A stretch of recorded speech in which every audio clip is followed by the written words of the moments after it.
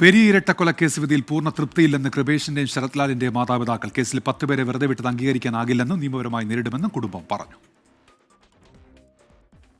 Kochi CBI കോടതി case പരിഗണിക്കുമ്പോൾ വികാരനിർഭരമായിരുന്നു കല്യാട്ടെ ശരത്ലാലിന്റെയും കൃപേഷിന്റെയും കുടുംബങ്ങൾ.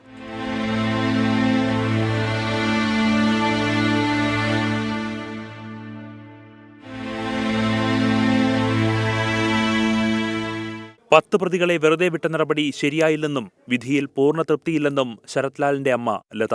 എല്ലാ കുറ്റവാളികളും ശിക്ഷിക്കപ്പെടുന്നുള്ള പ്രതീക്ഷ ഉണ്ടായിരുന്നു. വിധിയിൽ തീരെ തൃപ്തികരമെന്ന് തോന്നുന്നില്ല. കുറ്റക്കാരെല്ലാവരും പ്രതീക്ഷിച്ച കുറ്റക്കാരെന്ന് ബഹുമാനപ്പെട്ട കോടതി വിശ്വസിക്കുന്നു. കടുത്ത ശിക്ഷ തന്നെ കിട്ടാൻ വേണ്ടി പ്രാർത്ഥിക്കുകയാണ്. എല്ലാവർക്കും കടുത്ത ശിക്ഷ ലഭിക്കണമെന്നും കൂടെ നിന്ന് ഒറ്റിയവർക്കുള്ള മറുപടിയാണ് കോടതി വിധിയെന്നും കൃപേഷിന്റെ അമ്മ ബാലാമണി. നീതി കിട്ടിയെന്ന് തോന്നുന്നു. ഇപ്പം എനിക്കൊന്നും പറയാൻ കഴിയുന്നില്ല. ആഗ്രഹിച്ച പോലെ സംഭവിച്ചു. ആ കടുത്ത ശിക്ഷ വേണം തന്നെ ആഗ്രഹിക്കുന്നത്. സർക്കാർ കുറെ കളി കളിച്ചു. കുറ്റക്കാരായ 10 പേരെ വെറുതെ വിട്ട നടപടി അംഗീകരിക്കാൻ കഴിയില്ലെന്ന് കൃപേഷിന്റെ സഹോദരി കൃപ. 10 പേരെ വെറുതെ വിട്ടത് ഉൾക്കൊള്ളാൻ പറ്റുന്നില്ല. ബാക്കിയുള്ളവർക്ക് കഠിനമായ ശിക്ഷ തന്നെ ലഭിക്കട്ടെ. കുടുംബത്തിൻ്റെയും നാട്ടുകാരുടെയും എല്ലാവരെയും പ്രയത്നം കൊണ്ടാണ് ഇതുവരെ എത്തിയത്. നമ്മളെ തുണയ്ക്കേണ്ടവരാണല്ലോ പ്രതികൾക്ക് കൂട്ടുനിന്നിട്ടുള്ളത്. അപ്പം അനുകൂലമായ വിധി തന്നെ വന്നു. ആർക്കും ഇങ്ങനെയൊന്നും ഉണ്ടാവാതിരിക്കട്ടെ. ഇപ്പോഴും ഉൾക്കൊള്ളാൻ പറ്റുന്നില്ല.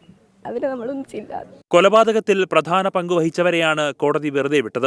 ഇവർ ശിക്ഷിക്കപ്പെടണമെന്ന് കൃപേഷിന്റെ അച്ഛൻ കൃഷ്ണനും ശരത്ലാലിന്റെ അച്ഛൻ സത്യനാരായണനും. 14 പേർക്ക് ശിക്ഷ കിട്ടിയിരിക്കുന്നു. അതിൽ സന്തോഷം പ്രകടിപ്പിക്കുന്നു. പക്ഷെ കൂടുതൽ പങ്കെടുത്ത എല്ലാവർക്കും കിട്ടുമെന്നാണ് നമ്മൾ ഉദ്ദേശിച്ചത്. എല്ലാവരും കിട്ടില്ല. ഇപ്പോൾ കിട്ടിയത്തേക്കെല്ലാം സന്തോഷമുണ്ട്.